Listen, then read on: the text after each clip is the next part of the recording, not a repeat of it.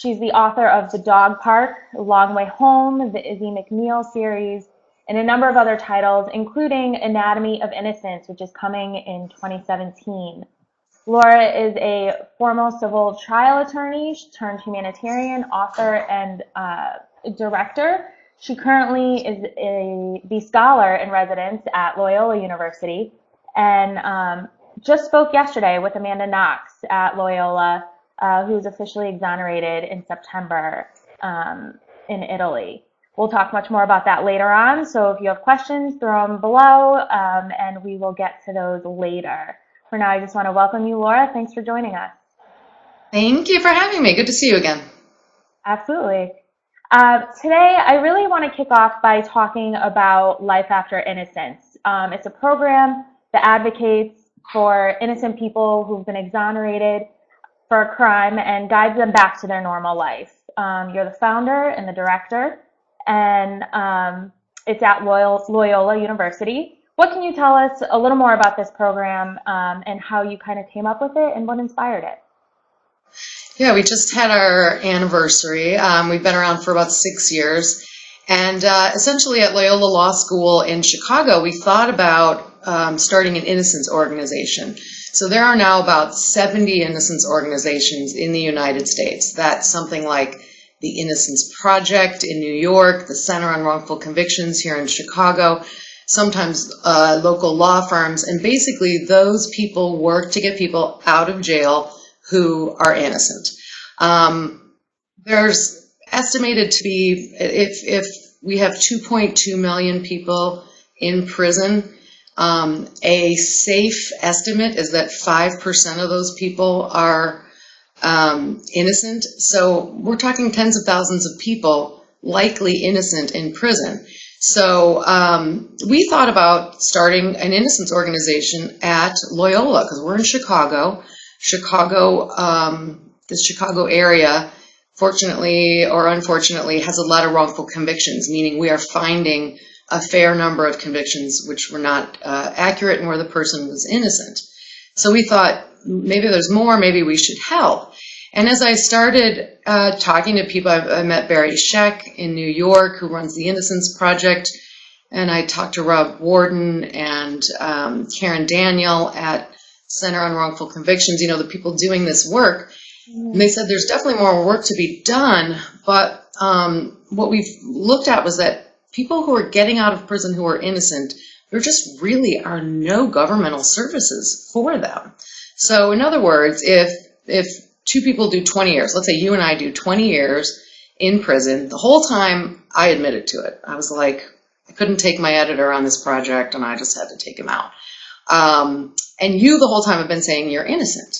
If we do the same 20 years and finally like DNA exonerates you and finally I've served my 20 years, we walk out of prison the same day. I'm a convicted, admitted, murderer. You're innocent. I will get more services from the state than you will.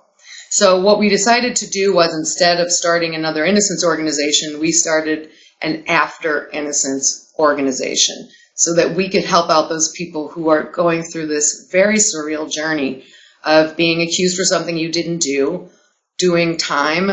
I work with so many people who've done decades, and then are starting over in this surreal world where they usually don't understand the technology. They maybe haven't had any, cell phone usage. So that's what we're doing at Loyola Law School in Chicago. The organization is called Life After Innocence. Okay. You write about the story that inspired this program in Long Way Home, which was your first nonfiction novel. What made you decide to tell that specific story? Yeah, that was sort of strange because I was a practicing lawyer. I was a litigator, a civil litigator. I mostly represented doctors who were sued. And I took time off to become a novelist, to try to get published. And it took a long time, but eventually I was. And so I left behind I was a partner at a law firm, and I left the law behind and was writing novels. But I was walked into this case where my girlfriend, a friend of mine who's a lawyer, was representing someone who had been in a Cook County lockup. So if you're arrested right now for some car accident or something, and you get taken to a lockup, that's just where you're held until they can figure out what to do with you or if you're on trial. Well, this kid was there for 6 years. He was in a lockup for 6 years without a trial. And it was so appalling. And I literally had no experience in criminal law. So I was a complete neophyte. And I was shocked that this was going on. I still do believe we have the best criminal justice system in the world. But it was shocking to me that this kid who was 19 years old was on his way to Ohio State. He'd never been arrested before. He saw a fight. He walked away from a fight. A guy died in the fight, and because he was near there, he had been picked up. And 6 years later, he's still in lockup. So I tried that case with my friend for Jovan Mosley was the gentleman's name. And it was I was such a fish out of water kind of thing, because I'd never been in the criminal court system. It's completely different than civil law. Completely different. It's like the wild, wild west of the legal world. So after the trial, and I don't want to tell you what happened, but I stayed friends with this gentleman. I started Life After Innocence because of him, because he was an innocent man, and watching him try to start over after 6 years were taken out of his life. He was 19, never been arrested before, going to Ohio State, and then he's 25 when he gets out. It was just so surreal, and we stayed friends. And finally, I just talked to him, and I said, I think you're probably done with this story. This is not going to define your life. He has gone on to get a bachelor's degree. He's married with 2 kids. So I said, this isn't going to define you, and maybe you want to stop talking about it. But if you don't, I think your story should be told because it's remarkable. So we did, the book is called Long Way Home, A Young Man Lost in the System and the 2 Women Who Found Him. And it's out with Simon & Schuster. Okay. What can clients expect from Life After Innocence when just walking in the door? Well, that's a great question and an interesting one. There is no standard exoneration, and there is no standard exoneree. So, and it's something we're struggling with actually right now. We want to offer consistent services, So this sounds small, but what we try to do is we try to have like a life pack for someone, which is just like a big duffel bag that includes gift cards, laptop, clothes. I mean, most of these people are getting out of prison without anything. We're putting in underwear and a shaving dish and, all these kinds of things. So our hope is that we initially get, here's some just necessities. But what we find is that some people, if they're lucky enough to still have family, they want to spend time with family, and they're not ready to deal with quite anything yet. Other people, have no family, and we've literally been running around because a lot of times when an exoneration happens, actually when a conviction is overturned, it's often done very last minute. Either the court, comes down, you don't know when, you never are told generally when a court will rule. Right. Or if they overturned your case and then a state's attorney decided not to prosecute you again, they often do that on a Friday afternoon so that there won't be a big media flurry about it. Right. So we've had situations where we've had 2 brothers who were arrested at 14 and 16 and did 20 years for a murder they didn't commit, in which DNA didn't even match to begin with.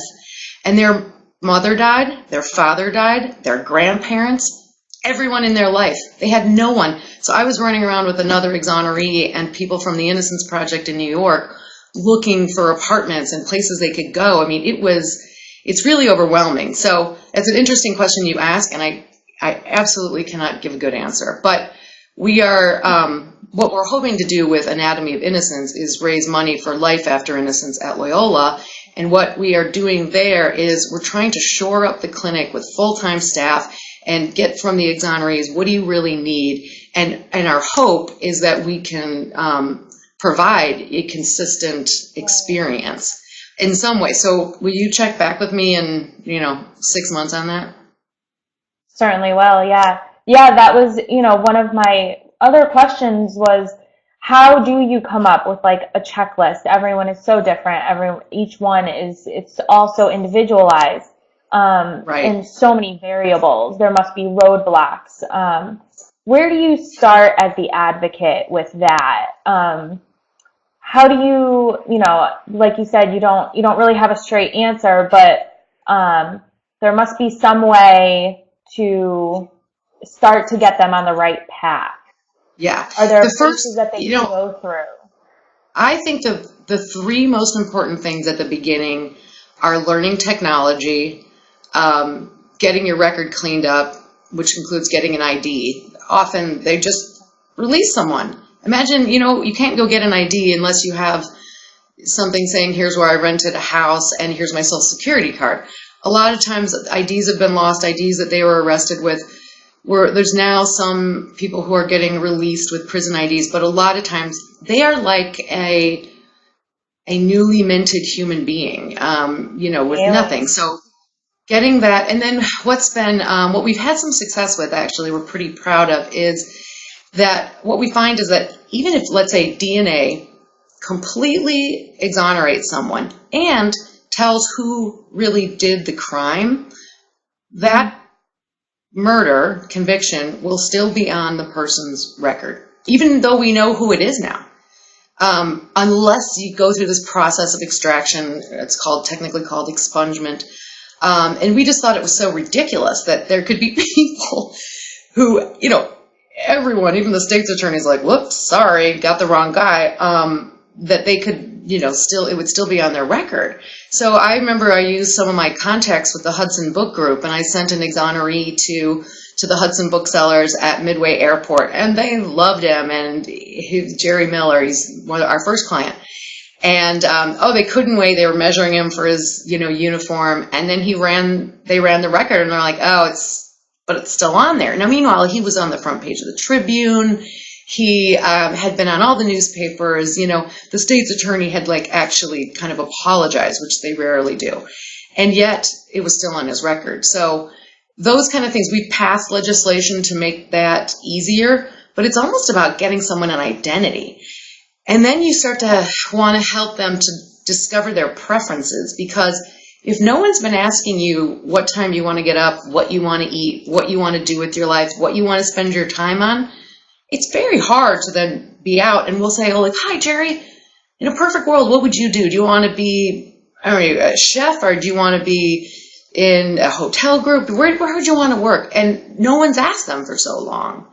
And They haven't been able to think about that. Whereas someone who did a crime and is doing their time and knows they'll get out, in 20 years, because 90% of our criminal prison population will come back into regular population. So most people know they're going to get out, and there's an ability to think about, what would I do? How can I start over? Ask your sister to go out to the church and see if they have any help.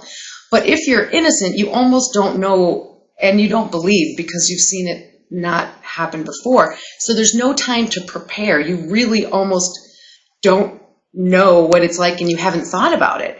So that's been really difficult too. So those are the first kind of things that we need to sort of focus on with a person, because until they develop these preferences, it's hard to actually figure out where, do you want to go to school? Do you want to work? Do you want to hang out with your family and maybe just go visit some people and reconnect? What is it you want to do? Right. So we really have to encourage them to sort of develop those preferences. Well, it's so much of what we take for granted every day. I mean, a license, what do you want to do? These are things that we don't even think about. And yeah, I mean, you wouldn't think about that until it's brought to the forefront and happens to you. Right, exactly. So do you do any outreach to find these clients, or do you help only who comes to you? How does that work for Life After Innocence? It's another good question. It's an interesting mixed bag. We keep our eye on the news, and we are right now essentially just handling Illinois cases. We do have an exoneree from Wisconsin, another one from Indiana, but they're pretty much this Illinois area. And so we keep our eye on it. So we see when people are getting overturned and if they're getting certificates of innocence. And for a while, we would reach out right away. Then some of the attorneys who had worked with them and getting them out said it's a little jarring. They don't know, they don't kind of know what's coming at them. And we're from this, Innocence organization, and you're from one, and it's hard to keep them. It's hard to keep it sort of, clear who everyone is. So sometimes we wait for the attorney to call us and say, hey, can you give us some help? Sometimes we'll just send a card or something and say, if you need to talk to us.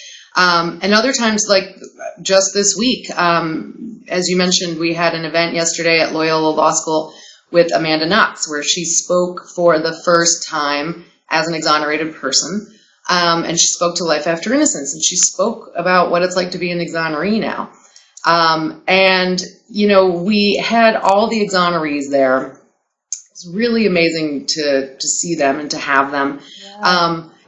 But what we, sort of figured out even in getting people down there is that when these exonerees get together, the support that they get from each other is so unbelievable.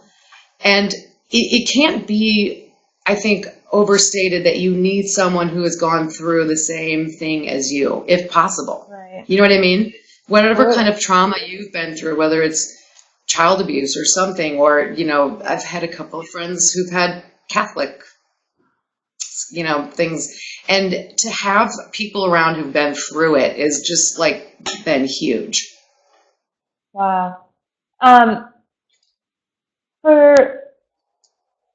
there any kind of statistics as far as the number of exonerated people, whether there's national or even international, that the amount of people, the number of people that are dealing with this? Yes. Let's out. Yeah, if we break it down for a minute and go back to that statistic. So we have about 2.2 million people in our American prisons. Right. There have been about 1,500 exonerations. So that's really not that many. Right. And yet people do seem to know much more about them now. When we started this thing 6-7 years ago, I would have to do a lengthy explanation of who we were representing, because a lot of people just hadn't even seen a newspaper article about a wrongful conviction. Well, now if you live in Chicago, we see them all the time. But it's been an interesting sort of process to just get people to understand what we're talking about. Yeah. Now people have that understanding, pretty well, but still people are having a hard time understanding why does it happen. But if we take that number, there's 2.2 million people in prison. About 1,500 have been exonerated or shown to be innocent. That's a tiny fraction. Yeah. And yet the numbers have been increasing. So in 2013 and in 2014, the numbers are getting bigger and bigger. In 2013, we had a 37% increase in the number of exonerations. Now, there's various reasons for that, but that's a big jump. That's nearly, half, the whole population. So it's really, we know that the trend statistically is that it is going to increase. And because the awareness has increased, people are, even state's attorneys and, who want to believe they did the right thing, people are starting to be open-minded about it. So I hope those numbers are going to increase. So I hope next time you and I talk about this, I say there's 5,000. But again, remember, if there's 2.2 million in prison and 5% of those, are innocent, we're talking tens of thousands. So right. Only a fraction has actually been exonerated. Okay. Now, Life After Innocence, you say mainly works with people in Illinois. Do you work with national or international other programs? Do the programs ever contact each other? Is it a network more so? It has been. They were, these innocence organizations, really great people, and they got together and created the Innocence Network. So it's mostly United States, because that's where the wrongful conviction movement has come from and has primarily seen the most activity. But there are now wrongful conviction sort of places in the UK, in England, in South America, Central America.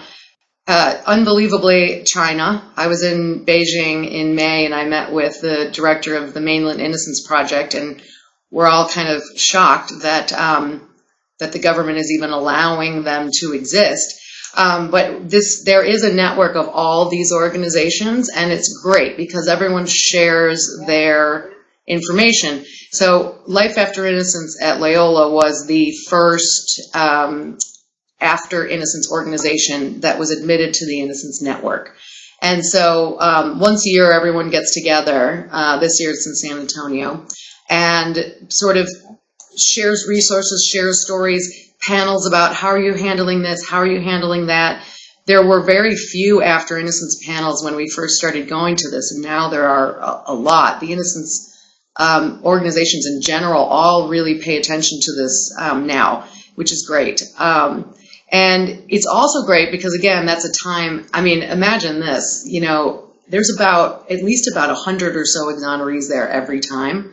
And it is an incredibly powerful, energetically powerful experience to be with 100 people who believed in themselves enough when nobody else did.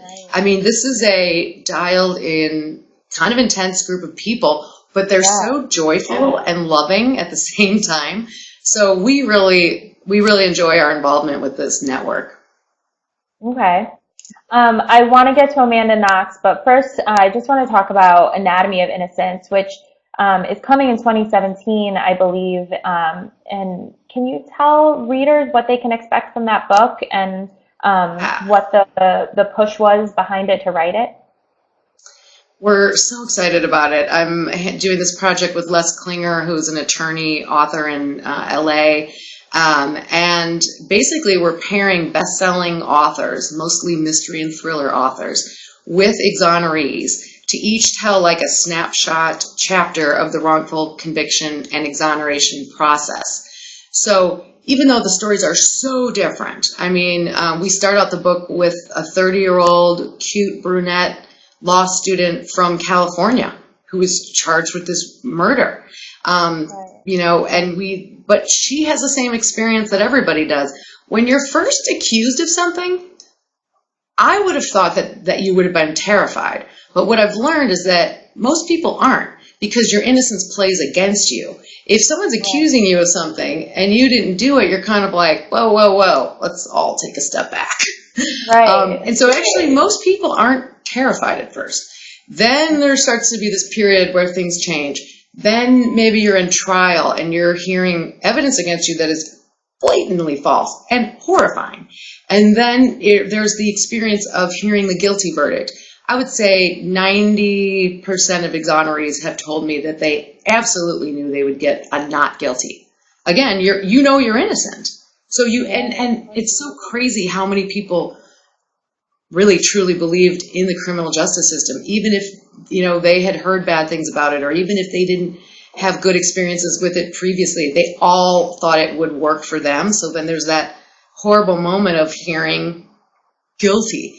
Then there's this first time in prison, which is surreal. Then there's the survival instincts kicking in. So in other words, even though my client Julie, who was accused of killing her child, who was actually killed by a roving serial killer who's now on death row in Utah, she had the same experience going into prison as a guy who was in a gang, low-level kind of thing, but they had the same experiences at different points. So we're trying to show people the kind of universal experiences that exist for everybody over this spectrum of accusation to prison to finding people to help you, and then finally to the release, which is what we now know is freedom is just the beginning.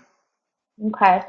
Very interesting. So we'll hopefully we get to talk again when that is out and we can catch up then, and we look forward to that release. Yesterday you spoke with Amanda Knox, who has had 7 years of hell and was finally acquitted in September. At the Life After Innocence luncheon, you got to speak with her. Can you tell us what that process was like to make that happen, to get that luncheon together and to get her there? Yeah. the Innocence, when we would go to these conferences, people were talking about this case because it seemed really off to a lot of us. And people who were really in the know were like, what is going on? They've already arrested.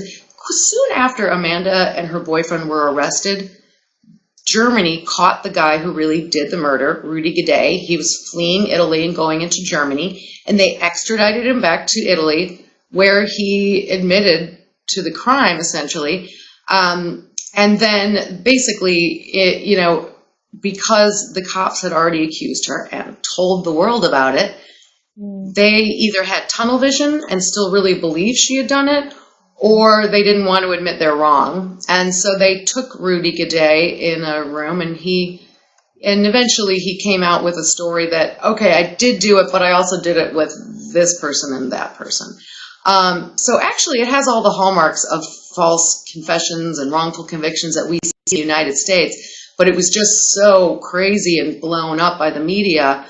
And so a number of innocence organizations offered their experts, their DNA experts, their biological testing experts, and various people traveled over to Italy and worked on the case, and everyone came back saying, this case is insane. It would never have even gone to an indictment in the United States, which, sometimes we think, our criminal justice system is a little, maybe a little bit shaky.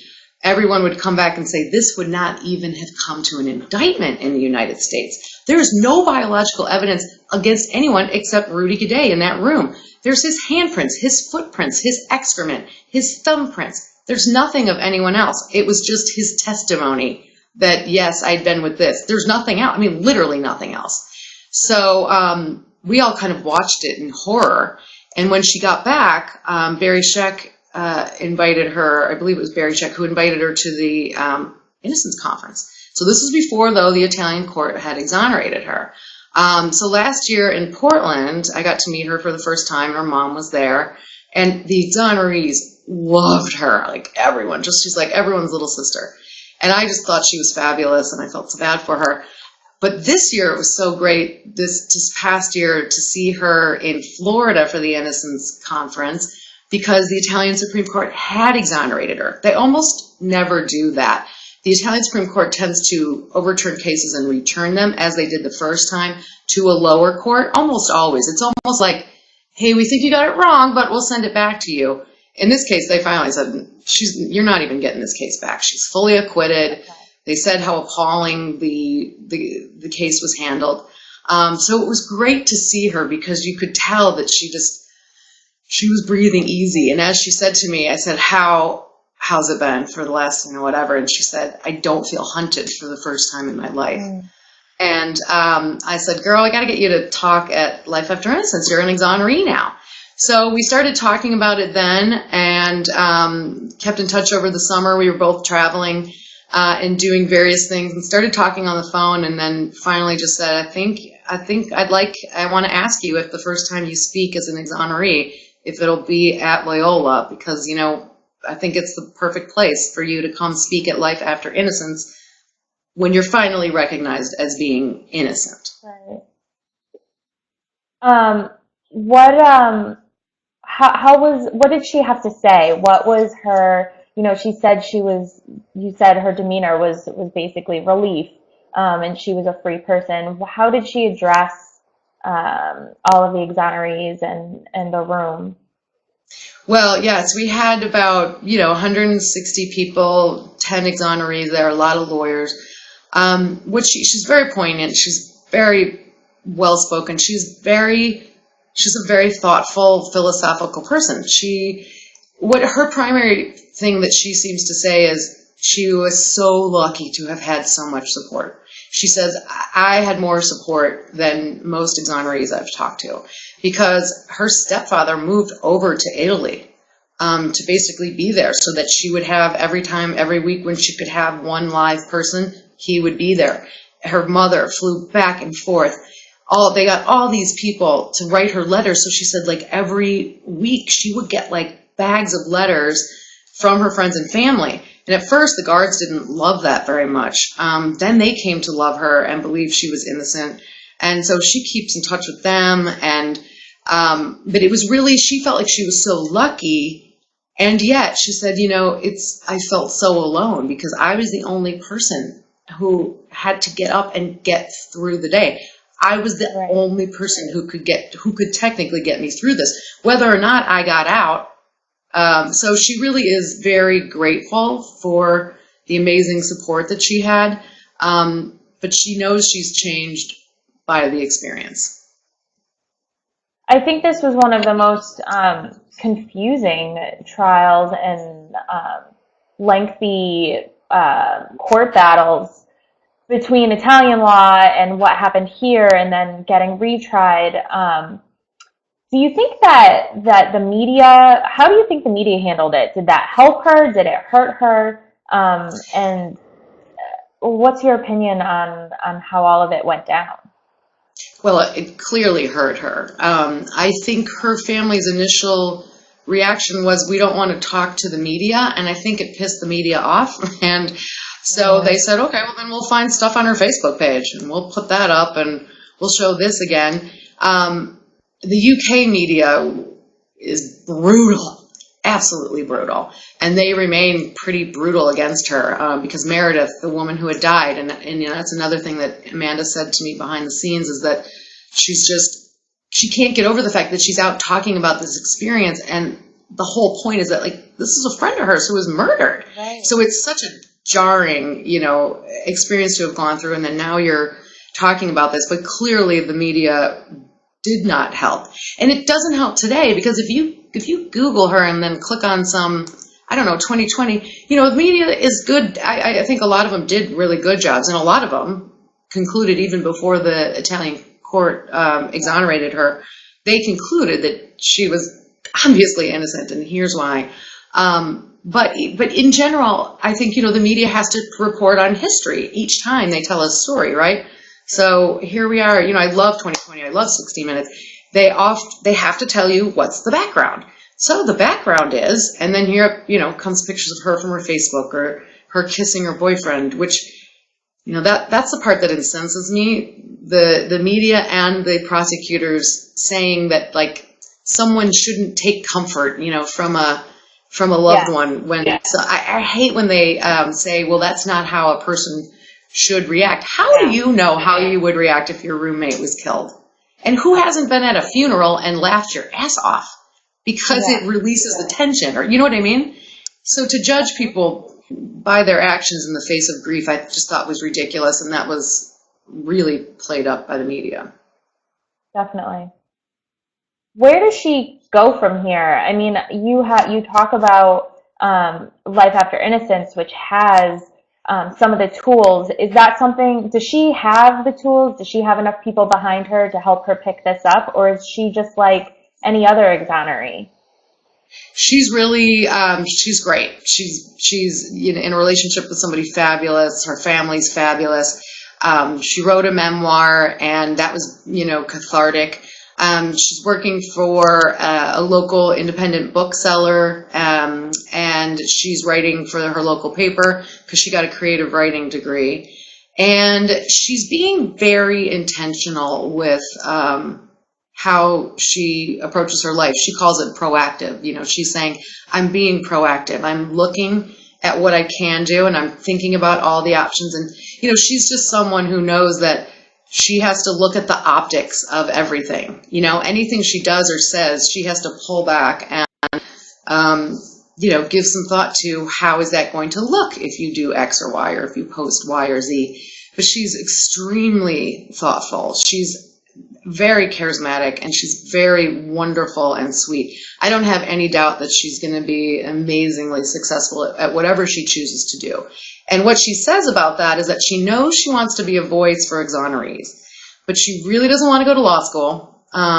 We at Loyola had someone who graduated from law school just in May who was an exoneree. We have another exoneree probably coming to Loyola.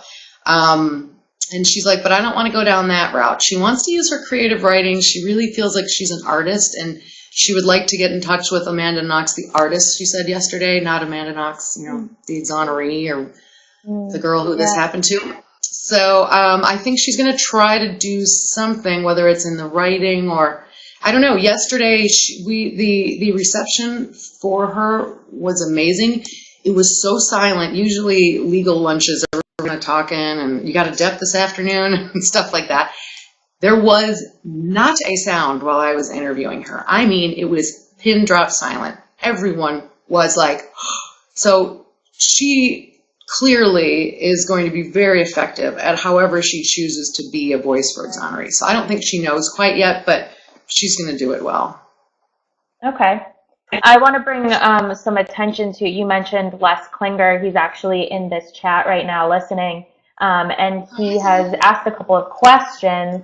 So I'm going to put one up on screen. He says, what are the causes of wrongful convictions? Thank you for that, Les. Yeah, thank you, Les. Les Klinger, my fabulous editor on Anatomy of Innocence. One, wrongful convictions is tunnel vision. It happens, defense lawyers do it just as much as prosecutors, who do it just as much as police officers.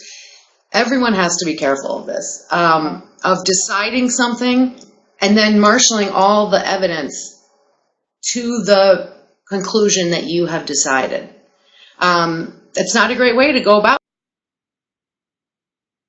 about deciding who committed a murder. So what we see happen time and time again, and Scott Turow, who's writing something for Anatomy of Innocence, was involved in a really amazing, if you Google Scott Turow, Illinois Torture Commission, he put together this, well, he was asked to head up this commission and look at, why are we having so many wrongful convictions in Illinois? Why did so many people get off of death row who we now know are 100% innocent? Yeah. And he said the number one problem is tunnel vision. So we decide, like, this is the person who did that. Mm. And then everything we hear, we filter and we put it in that basket and we throw away the rest of the stuff.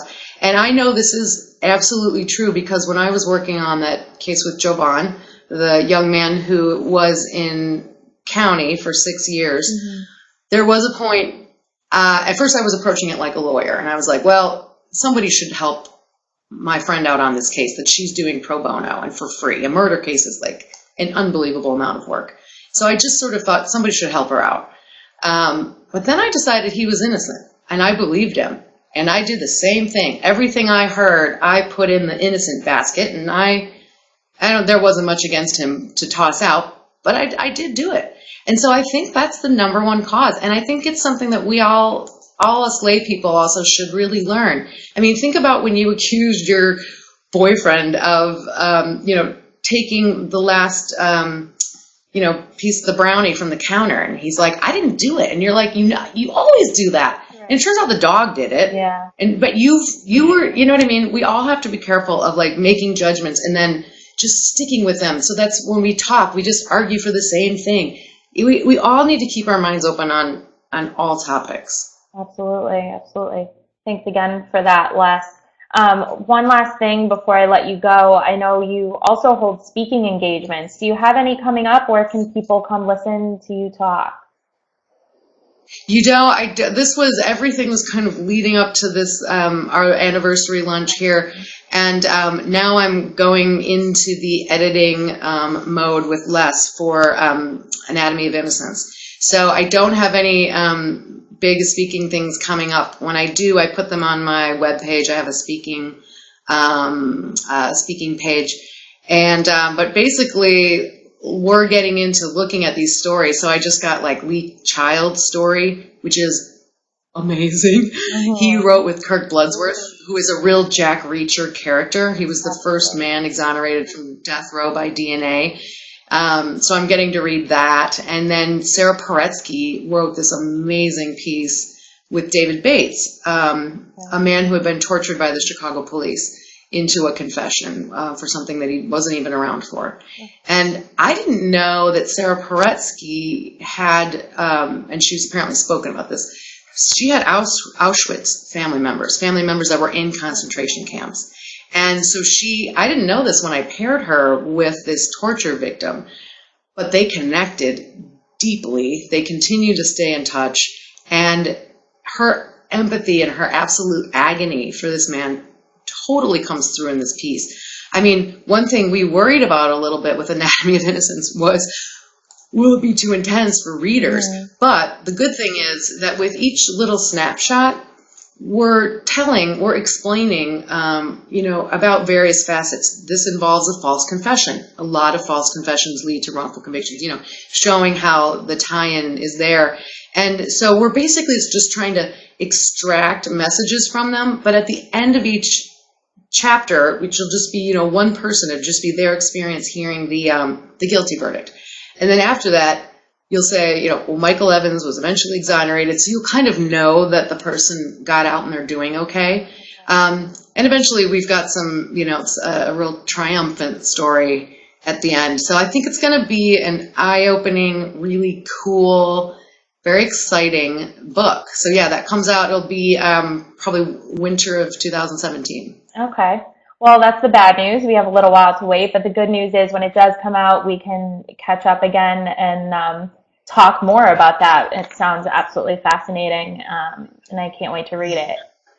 Thank you so much for being here. Unfortunately, we've gone a little over our time, but I think that it was necessary. But thank you so much for joining and talking and explaining all of this to us. Thank you. Thanks to everyone listening in. Have a good weekend. Thank you. You too. Bye, everyone. Thanks so much.